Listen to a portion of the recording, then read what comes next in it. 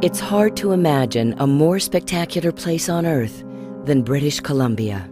But there is a looming danger. The proposed Enbridge Northern Gateway pipeline through the vast mountain ranges of the interior and associated tanker traffic along the pristine BC coast threaten not only this vastly diverse, wild and sacred ecosystem. This big oil-backed project threatens the health, livelihood and future of tens of thousands of people who call British Columbia home. The proposed pipeline begins in neighboring Alberta, at the site of one of the largest, most polluting and destructive energy projects on Earth, the Alberta tar sands. Already, thousands of hectares of ancient boreal forest have been destroyed by Canadian and international oil companies. Thousands of tons of contaminated wastewater from Alberta's tar sands become a highly contaminated, toxic slurry spewed into massive tailings lakes that already stretch 130 square kilometers and leak 11 million liters into the once pollution-free Athabasca watershed every day. Downstream First Nations communities who consider these waterways their lifeblood are now suffering from increased cancer rates and other deadly diseases linked to tar sands operations.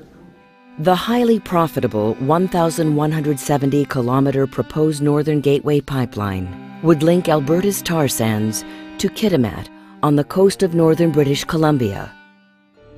A westbound pipeline would carry 525,000 barrels of heavy crude daily.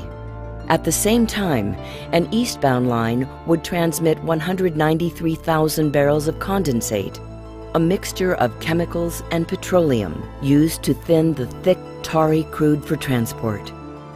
The oil from this pipeline would be sold to countries like South Korea and China to meet their growing demands for transportation fuels.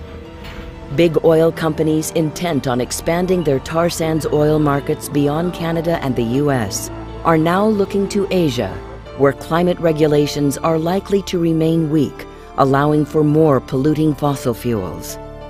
Tar sands strip mining and drilling operations currently produce about 40 million tons of greenhouse gas emissions per year. Experts warn that if this pipeline is built, tar sands oil production will increase by another 30%.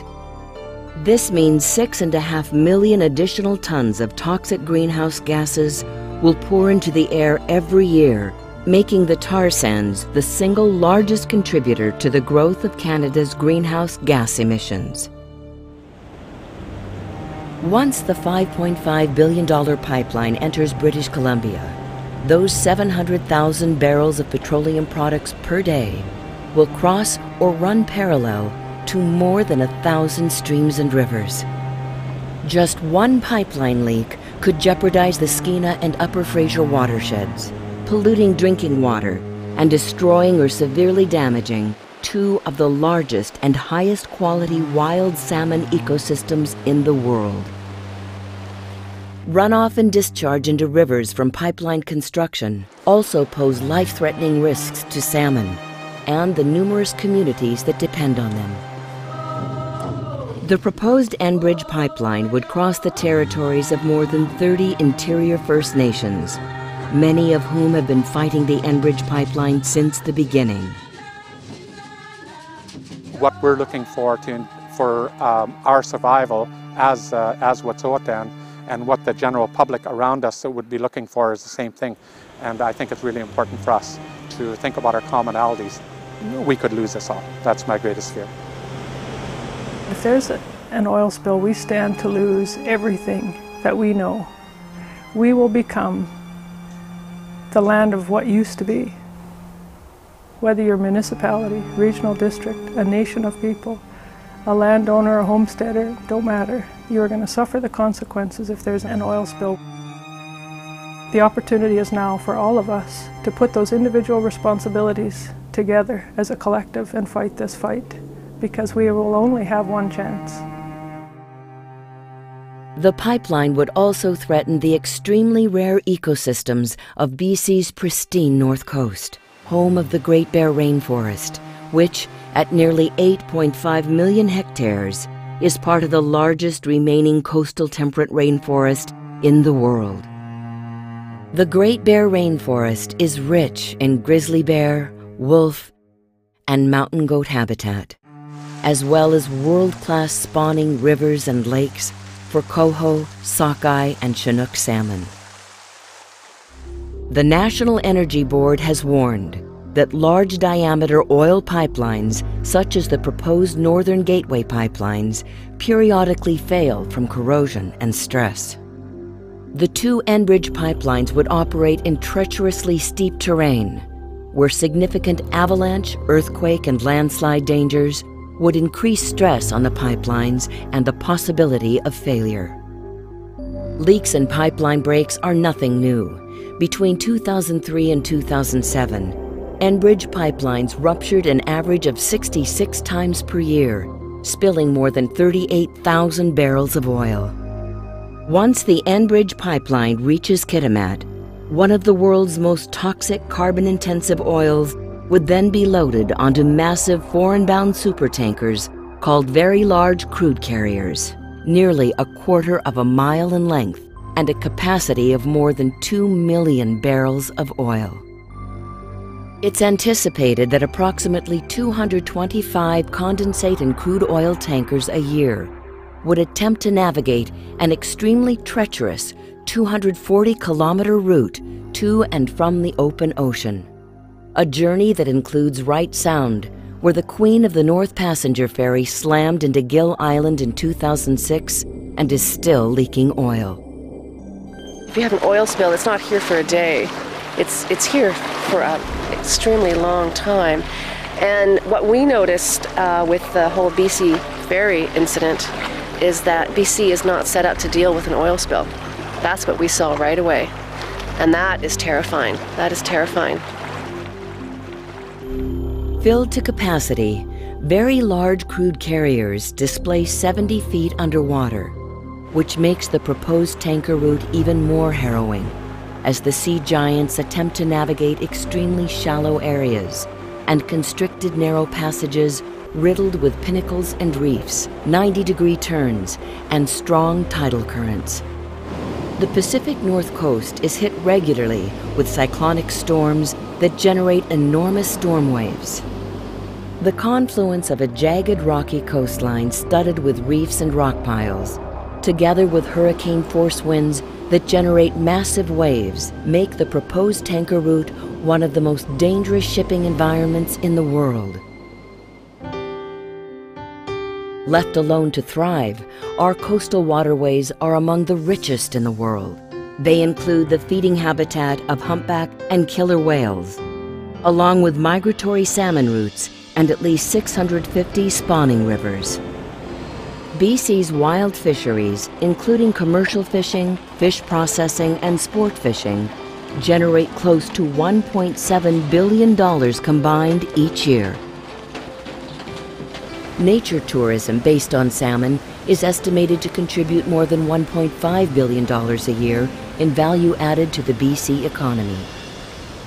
A catastrophic oil spill along the coast, like the BP deepwater gusher in the Gulf of Mexico and the Exxon Valdez in Alaska, would devastate marine animal habitats with horrible consequences for local communities, fisheries, tourism, the environment, and our BC economy for decades.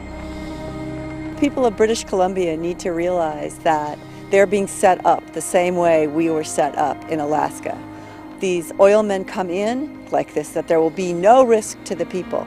They promise state-of-the-art vessel traffic control systems, state-of-the-art cleanup response, state-of-the-art pipeline construction. And what I hear Enbridge saying is pretty much exactly what Exxon said, and what British Petroleum and what the other big oil company owners said. And there we were on March 24th, 1989, with an oil spill that basically changed the way we live. It changed our environment. They don't care. It's all about money with them. And unlike Exxon's disaster in Alaska, once the dirty tar sands oil leaves the Kitimat port, Enbridge Incorporated of Calgary has no legal obligation to clean up a spill. The people who live in British Columbia would be left with that daunting task and a massive bill, along with the heartbreaking consequences to an entire way of life. The proposed tanker route would pass through the territories of 10 coastal First Nations, all of whom have joined together to ban the tankers from their waters. After 10,000 years, it's incomprehensible for many of us to stand by and allow a project like the Gateway project to proceed. We're prepared to take every action that's needed to ensure that this project doesn't go ahead, including standing in the line and going to jail, if that's what it takes. If our environment is damaged, we fail to exist. And that's why we've seen such an upwelling of support from First Nations in the interior, the whole coast, all the way into Alberta. They know what this means. This really is the line drawn in the sand. We're not going to allow anybody to cross it, and Enbridge just happens to be the one that's here today. It gets us excited to think that we're going to have a chance of polluting our pristine watersheds that this pipe is going to be going through, or polluting our pristine oceans. It doesn't make any sense. And what's it for? It's to make the oil industry richer. It's the amount of damage one of these things could do here. Like, it's probably one of the richest and most intact ecosystems in the world. I mean, as Canadians, we've got something here that can't be duplicated in other parts of the world. Do your job. I mean, vote. Be a Canadian.